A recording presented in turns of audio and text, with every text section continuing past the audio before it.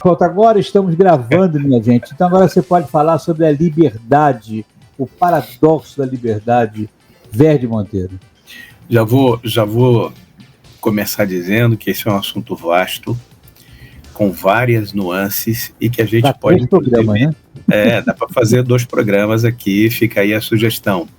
Uhum. Eu gosto sempre de voltar à etimologia da palavra, porque a etimologia da palavra sempre nos ajuda a compreender, ao longo dos séculos, aquilo que esse conceito ou um conceito significa. Verdade. Então, a liberdade vem aí de libertas, inclusive está lá na nossa bandeira de Minas, né? Ou libertatis, né?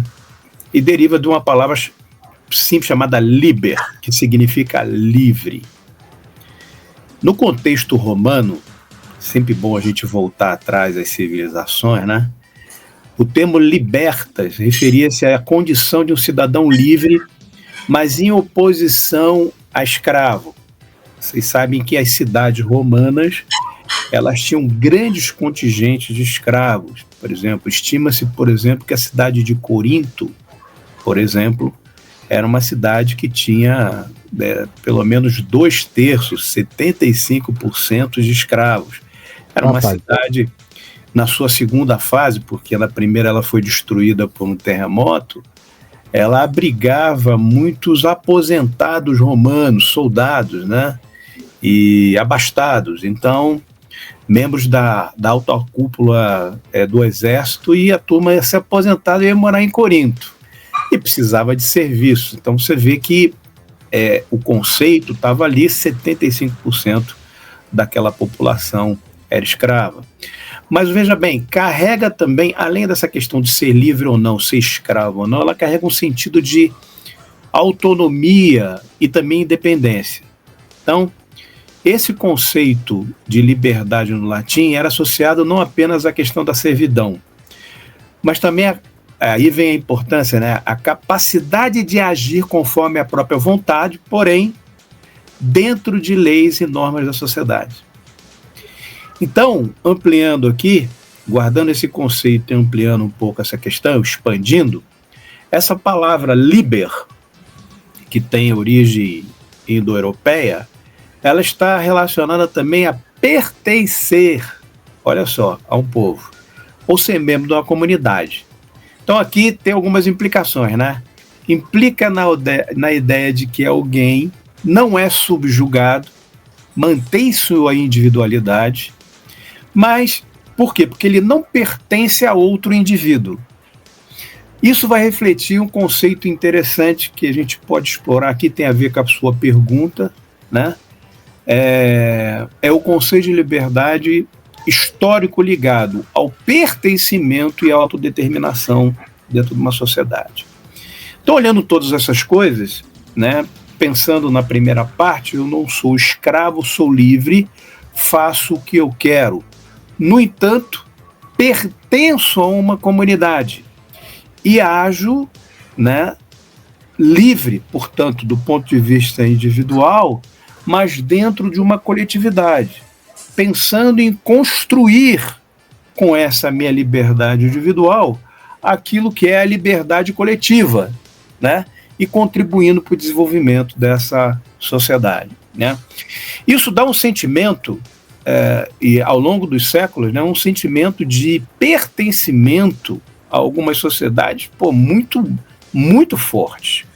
Então, você percebe isso, por exemplo, a sociedade, vou chamar norte-americana, né?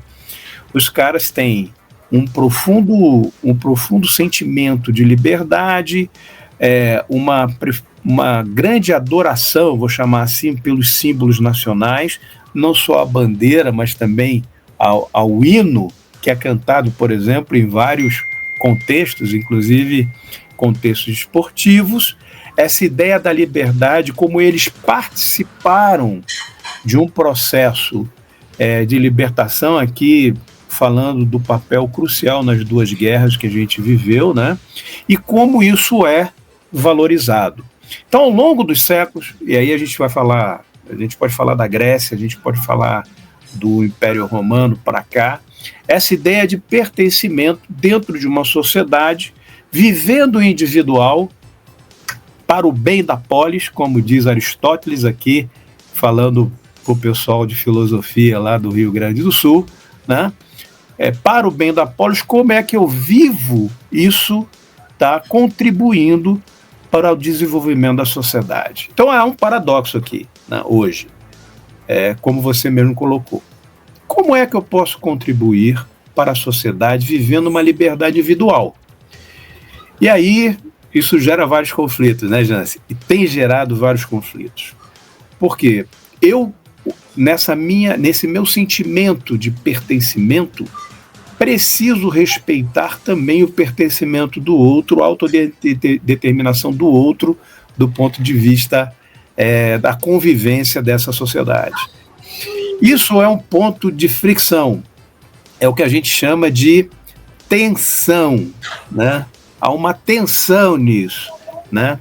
Então, hoje, o medo, por exemplo, de estruturas um pouco mais duras do ponto de vista político, né? Falando aqui em ditaduras, etc., etc., você começa a defender pontos do ponto de vista da liberdade individual que podem estar acima da questão do pertencimento e do desenvolvimento coletivo.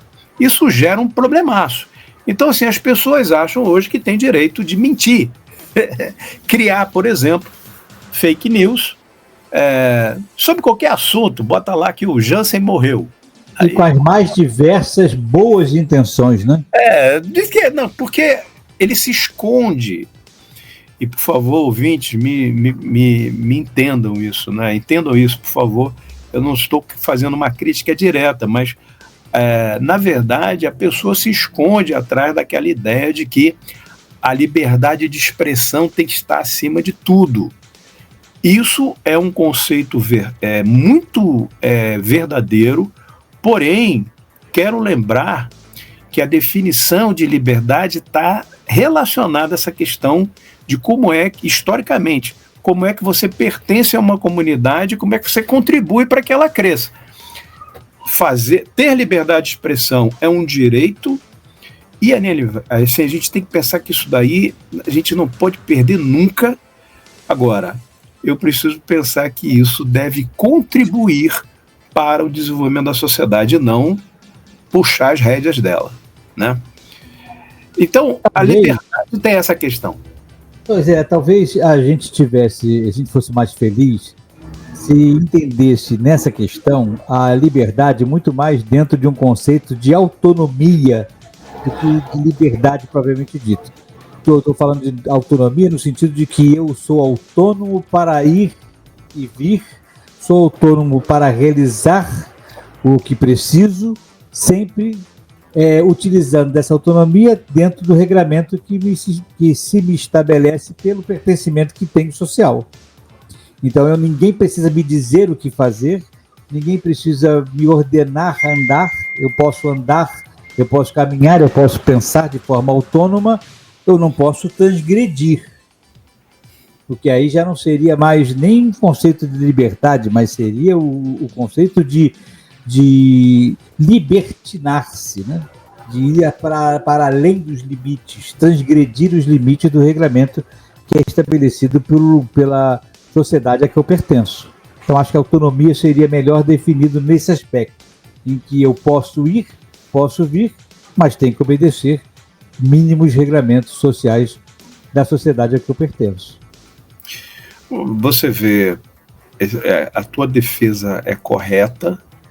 A gente tem que pensar em como é que nós contribuímos positivamente para a sociedade, mas há uma tensão aí, há um limite. Sim, com certeza. Nessa questão, né? Porque filosoficamente, pensando no bem da polis, da cidade, da comunidade, eu tenho limites. Esses limites, eles são ligados ao pertencimento, mas também do ponto de vista de desenvolvimento da sociedade. Eu não posso defender um conceito que ultrapassa o direito de outro ou inclusive retira direito de outro, né? É verdade, anula, né? Exato. A gente tem que ter muito cuidado com isso. Eu vivi, né? Eu estudei numa autarquia federal aí no Rio de Janeiro, o Colégio Pedro II, que me preparou para a vida. Eu cheguei lá em 78 e a gente estava aí, o Brasil estava se preparando para o final da ditadura, né? Na verdade, um processo de abertura política, né? Ali, início do governo Figueiredo, abrindo política, muito devagar, gradual, a gente ouvia isso, gradual, constante.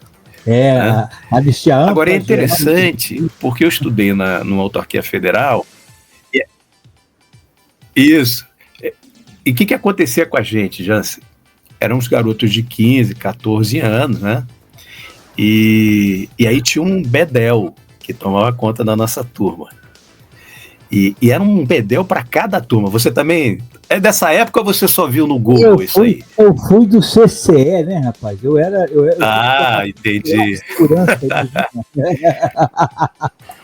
Olha só que coisa, rapaz, que me vem à lembrança. A gente, por exemplo, chegava na sala, né? Queria falar da rodada do Campeonato Brasileiro, do Campeonato Estadual, né?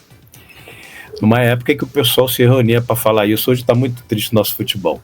Mas isso aí é outro assunto.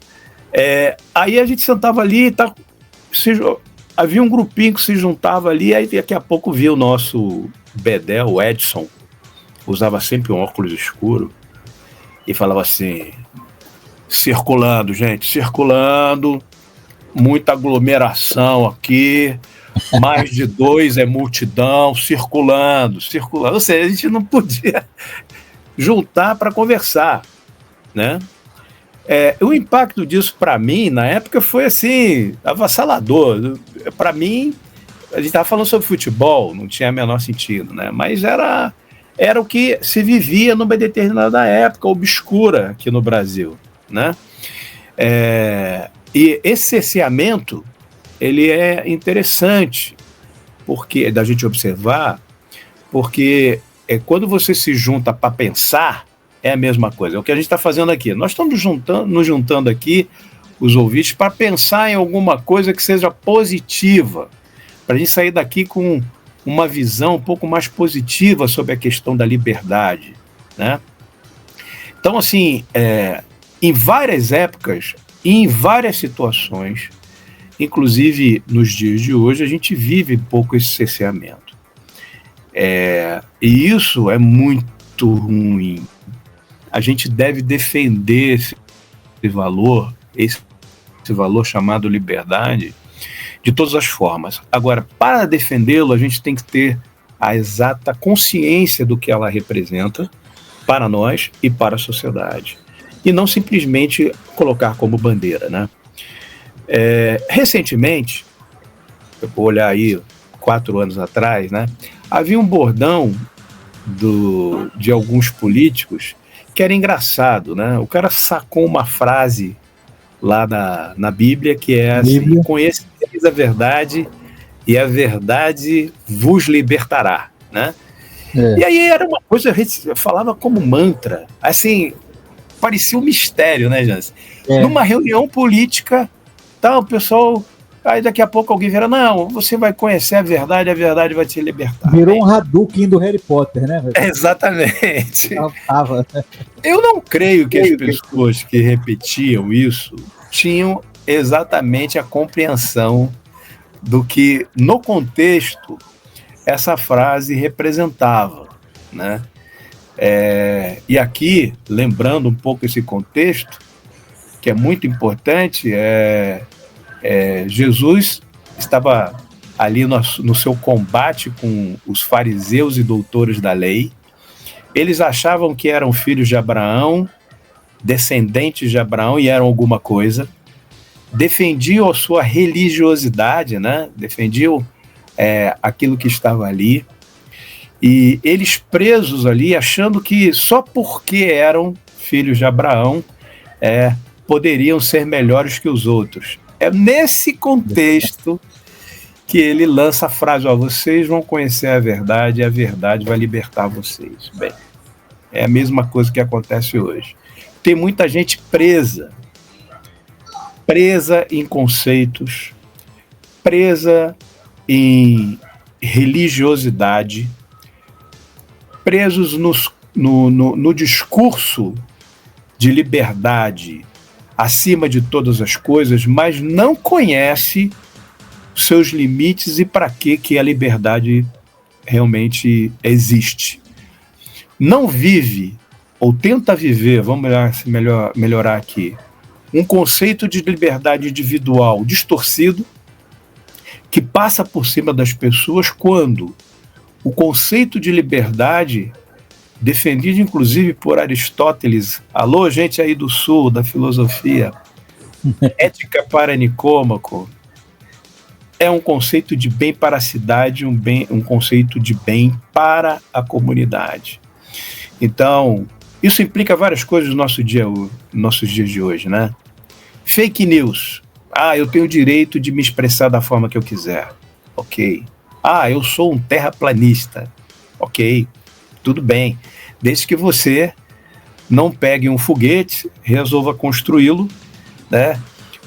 Suba e caia em cima de alguma casa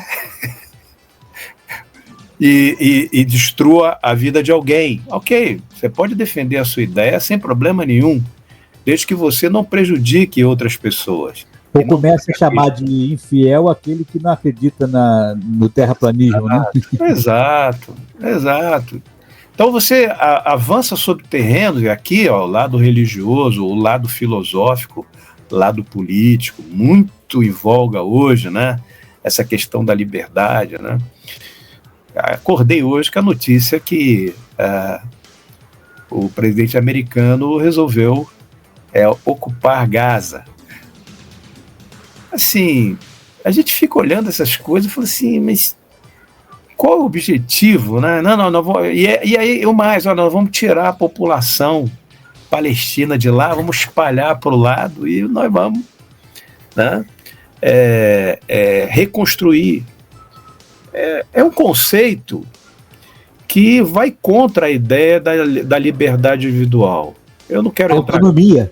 Eu não quero entrar aqui no conflito Israel-Palestina, não vou ficar aqui defendendo um Estado ou dois Estados, não, essa não é a preocupação. A preocupação é você levantar determinadas coisas, né, conceitos, inclusive atitudes, que cerceiam a liberdade dos outros. Eu defini que vou espalhar as pessoas num determinado lugar. Faço isso porque eu tenho força política e armas. É o mesmo caso se a gente transportar para a Ucrânia, né? Estão sofrendo essa guerra faz tempo, o mesmo conceito. Uma guerra que não faz sentido, que não tem o menor cabimento, né? Então o conceito de liberdade é muitas vezes amassado como papel e jogado na lata do lixo por conta de posicionamentos dessa natureza, que nada tem a ver com a liberdade. Até porque, Berd, o especialista que é você, não sou eu, mas a minha sensação é de que quando se fala em liberdade, muita gente entende que liberdade é poder fazer o que quiser e bem entender. Quando, na verdade, a liberdade não é necessariamente isso, e não é mesmo, porque quando você começa a fazer o que bem entende, você pode se achar livre, mas, na verdade, está preso exatamente às suas pulsões, às suas demandas e às suas conveniências. Portanto, elas estão te dominando, apesar da sua inicial sensação de liberdade. Você acha que está livre, mas, na verdade, você está preso. Você está escravo, né? É engraçado isso, escravo, né? É exatamente isso. Exatamente essa sensação que eu tenho. Que muita gente confunde liberdade com a capacidade de poder fazer o que bem entender. E, na verdade, liberdade não é isso. É quando eu exerço a máxima autonomia sem perder o sentido de regramento social para o bem-estar de todos, né? Na questão por exemplo, da fake news, né? Na questão das fake news, eu imagino porque há uma discussão muito grande, né, muito limítrofe, né?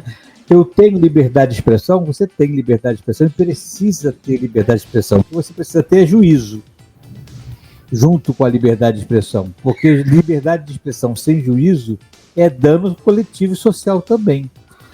O que me preocupa é querer cercear a liberdade de expressão. Sim. Em detrimento desse bem-estar social, sendo que aí o parâmetro, quem estabelece? E aí é que aí começa a caminhar para um outro lado da moeda, né? Tá bom, nem tudo é correto usar como liberdade de expressão, nem tudo posso falar, nem tudo pode dizer. Quem define isso? Porque é a mesma questão, eu não sei se você lembra, algum tempo atrás, havia uma discussão se encaminhando, ela acabou não indo, tá? Graças a Deus acabou não indo, mas se encaminhando a chegar no STF, em que queriam decidir se determinadas expressões ou defesas teológicas eram consideradas mentiras ou verdades, né? E se aquilo poderia ser considerado um fake news ou não. E eu fiquei perplexo. Falei, bom, quem é que vai definir o que é verdade? Suas excelências do STF, eles têm conhecimento teológico para definir isso? Como vai ser essa história? Quem vai dizer que o que é e o que não é, né? Ainda bem que alguém esvaziou essa bomba no meio do caminho, né? Alguém teve essa luminosidade, né? Essa iluminação, para dizer, olha, isso não é matéria, para ser julgado pelo STF, e graças a Deus a coisa não caminhou. Mas que a gente corria esse risco, porque quem é que vai definir o que pode e o que não pode? Então, quando começa a arbitrar o que é que pode ser considerado e, portanto, precisa ser censurado antes de utilizar-se da liberdade de expressão, é que é um problema. Para esses casos, eu acho, na minha concepção, de que a liberdade de expressão e o que se usa como liberdade de expressão já tem os seus mecanismos de punição. Por exemplo, se eu me sentir caluniado por você, que usou do seu direito de liberdade de expressão para dizer mentiras sobre mim, eu já tenho mecanismos de jogar um processo contra você, né, um processo de calúnia e difamação, querer ressarcimento, retratação e coisa parecida, e esse mecanismo vai ser utilizado. Agora, eu acho que ainda é melhor que esse mecanismo seja utilizado a posteriori, que eu me avoque de preventivamente lhe censurar do direito de falar. Porque quem é que vai saber o que é que eu vou dizer a reboque do que eu pretendo? Então, é muito complicado para que a gente também não use o cerceamento para acabar criando uma censura a bem de um bem comum que, de certa forma, é um cerceamento de liberdade, ainda que eu esteja fugindo do regulamento. Vê como é que a tensão é grande? Não, é muita tensão nisso aí. Mesmo. Não acho que a expressão de paradoxo, né, a palavra paradoxo, ela é precisa nesse aspecto, porque não é fácil você definir o que pode, o que não pode, o que deve, o que não deve, dentro dessa questão do uso da liberdade e o bem-estar comum. Talvez, nesse aspecto, o melhor seja exatamente aquele princípio que a avó da gente ensinava, né? O seu direito termina quando começa o do outro. Esse é o limite da avó da gente, né? Olha, o seu direito termina quando começa o direito do outro. Não ultrapasse isso. Você tem direito disso desde que você não atrapalhe o direito do outro. Eu acho que esse era o melhor senso, que também já era difícil, mas é a melhor definição, né? Que eu entendo, que eu me entendo por gente, do que é que eu posso e o que eu não posso fazer em sociedade. É verdade. A Clarice Lispector tem uma frase que eu acho muito legal, que ela fala o seguinte, deixa eu tentar me lembrar aqui, o que eu desejo, fala assim, liberdade é pouco, o que eu desejo ainda não tem nome. Legal. A fascinante liberdade de viver e ser tudo o que somos. Bem, quem nós somos? Humanos, né? Viver a humanidade é uma coisa muito difícil, Jéssica. Às vezes as pessoas acham que é muito fácil, mas não é. Viver a humanidade na sua plenitude, e aí sim, liberdade, conceito de ir e vir, o conceito de se expressar, o conceito de defender posições, aí outras coisas que estão do lado lá do que a gente apresenta. Transparência, verdade, a conversa que a gente teve na semana passada, honestidade, você ter liberdade de viver e ser tudo o que nós somos, essa nossa humanidade. Tem gente que é muito pessimista em relação ao homem, né? Eu continuo achando que a gente tem jeito, né? Acho que muita educação pode ajudar isso, uma transformação nesses conceitos. Você acabou de falar uma palavra que eu acho que é importante, né? Que é o outro, né? A liberdade do outro. Isso é um conceito muito antigo, também cristão, porque amar os outros como a si mesmo é uma questão de você olhar para a questão de quem é que está do seu lado, e não só para você. Por isso, o individual no coletivo, e o coletivo, né, expressando toda essa individualidade da liberdade, é uma coisa importante pra caramba da gente pensar. Sem procurar criar tensões em relação ao comportamento de um, ao comportamento de outro, porque, enfim, a liberdade, mas todos trabalhando por bem da polis, o bem da cidade, o bem da comunidade. Olha, o meu querido Carlos Alberto Saerp já estará comigo aqui no Alerta Link, já, ele entra 10h20 e 10h25, ele mandou aqui pra gente, ele está acompanhando aqui o nosso bate-papo, okay. Ele mandou aqui, ó, quem aborda bem a questão liberdade-autonomia é o falecido José Guilherme Melchior, em O Argumento Liberal. Sim, ele faz uma comparação bastante interessante entre as expressões freedom e liberty. Olha que legal, obrigado, Carlos Alberto Saerp, pela sua contribuição para o nosso bate-papo aqui. Bacana saber que você está aí acompanhando a gente. Um grande abraço, daqui a pouquinho eu boto ele para dentro de casa para falar sobre defesa e inteligência e segurança nacional. Acho que, como você bem falou, Verde, a gente não vai esgotar o assunto hoje, lógico. A gente ainda vai trazer um pouquinho disso, porque a questão do paradoxo ele avança bastante, principalmente na questão pragmática. A gente falou muito sobre o conceito. Eu quero ver se na semana que vem a gente fale sobre a aplicação prática desse conceito, né? Onde é que isso funciona? Seja na escola, seja no trabalho, principalmente a questão do compliance, você que trabalha com isso nas empresas onde você transita, seria muito interessante você trazer como é que funciona isso nas empresas, qual é a importância disso numa corporação. É um conceito novo, que isso não tem muito tempo que surgiu, estou falando, não é muito novo, porque a gente é mais antigo do que ele. Sim. Mas é um conceito muito interessante e que, na verdade, sempre esteve latente, mas nunca foi nomeado, né? Sempre esteve latente, mas nunca foi separado como um segmento importante a ser perseguido e trabalhado como instituição. Né? Então, agora, eu acho que isso precisa ser trazido, porque nós temos muitos ouvintes que trabalham em diversas corporações e precisam começar a entender como é que funciona, o que é necessário para que esse compliance seja extremamente instaurado, praticado e contribua para o bem-estar e o bom convívio dentro de uma corporação com uma empresa que precisa funcionar em harmonia. Do contrário, ninguém vai chegar a lugar nenhum, né? Faremos isso, traremos exemplos práticos aqui na próxima semana. Vamos fazer isso semana que vem, então a gente traz. Meu querido Verde Monteiro, são 10h17. Eu quero te agradecer muito o carinho por participar aqui comigo no Agora Link. E semana que vem a gente se fala mais uma vez. Obrigadíssimo. Grande abraço, dá um beijo na Mônica. Abraço em todos, os ouvintes também, um abraço grande. Até semana que vem. Obrigado, querido.